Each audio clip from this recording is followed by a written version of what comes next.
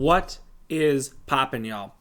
It is Man Club Boy Bales, and welcome to another episode of Wisco Sports Weekly. So, obviously, the NFL season is over. I got nothing to talk about on the NFL for maybe about a month. Obviously, my Packers content is going to stay put.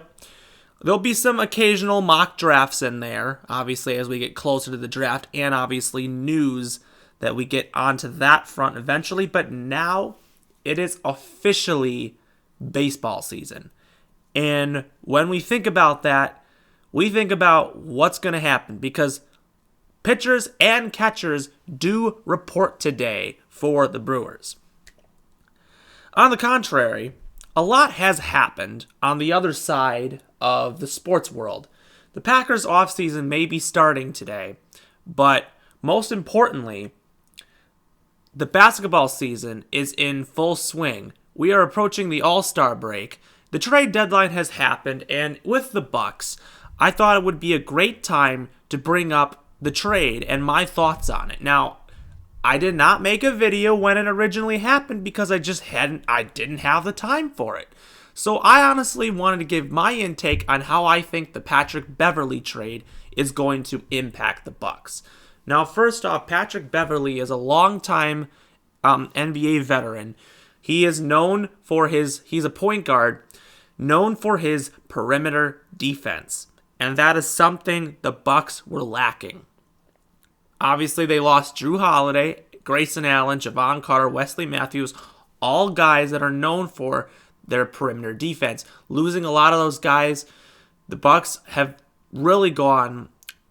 Their defensive rating has really, not been the greatest this season. Under Adrian Griffin, it was bad. Now Doc Rivers has come along, and I'll be honest, their defense has actually gotten slightly better. I have seen that in the games that he has coached, and it's slowly turning around. Now, I'm not saying that they're going to be off the charts phenomenal, but the Bucks needed a perimeter defender, and that is someone that can really, I don't know if it's going to be a guy who starts, I don't know if it's going to be a guy that comes off the bench, but they ended up finding Patrick Beverley. Now, this was a guy I don't think anybody even had on their trade radar because, Philly is a team that is very good as well. They may have lost Joel Embiid for a very long time with his meniscus injury, but Patrick Beverley was a guy that I think a lot of people didn't even think about even getting traded. So the fact is, we were able to swap backup point guards. We gave them Cameron Payne and a second-round pick for Patrick Beverley. Pretty much, Payne was a backup point guard that provided offense, but he's not even good at defense at all. And Beverley's a guy that plays, I wouldn't say it's the best defense, but he's in your face. He's always getting into it. And he's really someone that definitely, could turn out to be a great deal. I mean, a lot of people are thinking, maybe this is very similar to what they did with Patrick Beverley. PJ Tucker, yeah, getting a guy who's not going to be that much of an offensive factor, but a guy that can play the defensive factor and get in your face. My intention is that Patrick Beverley is going to be out there in the playoffs doing whatever guarding the best player. That is probably what his game plan will be.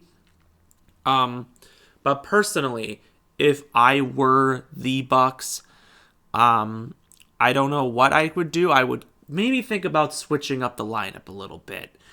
I believe, and I've been saying this for years, have Chris Middleton come off the bench. It's about that time where I don't think Middleton provides that much defense, but he has an offensive spark. He hasn't been the healthiest, but he can come off the bench and deliver some points and get a lot of minutes coming off the bench. I believe that Jay Crowder should remain the starter. I think that would be a good point to have. Even you could put Patrick Beverley as a starter and Malik Beasley off the bench because of defensive purposes. But you know what? This could be a great trade in the future. Now, I'm not saying that the Bucks are going to completely dominate because they are 2-0 ever since they acquired Beverley. But the thing is, we have to really see how this trade will impact the Bucks. And in my opinion, I think this will impact the team as well. I know that they can handle themselves, and I really want them to try to put in the best effort that they can.